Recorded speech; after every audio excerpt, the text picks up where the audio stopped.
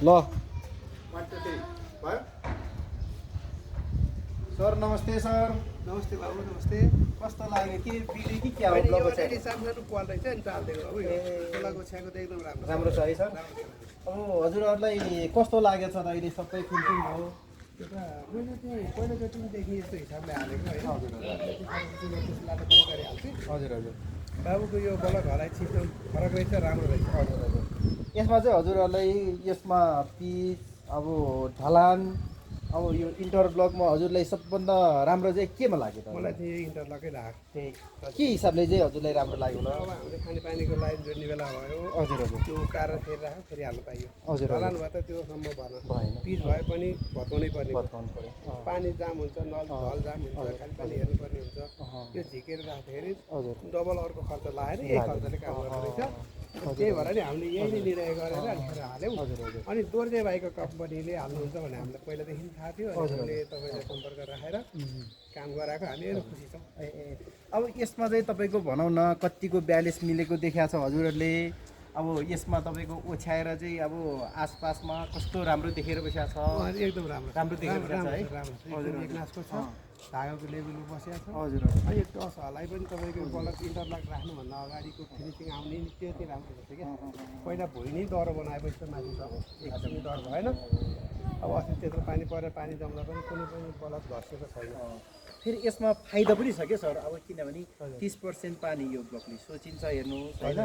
अब तपाईँको यो ओछ्याएको हेरेर आउनु होइन सर होइन तपाईँको 30% पानी चाहिँ यो तपाईँको ब्लकबाट चाहिँ तपाईँको भित्र जब यसको ग्याप हुनाले चाहिँ तपाईँको सोचेर जान्छ जमिनले लिनु पायो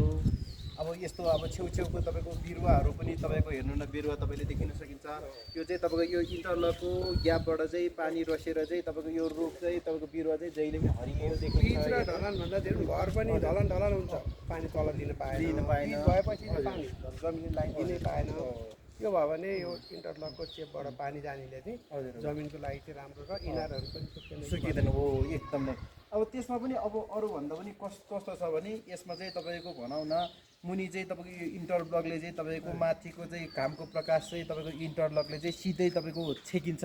छेक्ने साथै तपाईँको मुनिकोमा चाहिँ चिसो चाहिँ भइरहन्छ हेर्नुहोस् होइन चिसो भइराखेको पछि चाहिँ तपाईँको आसपासको बिरुवा पनि राम्रो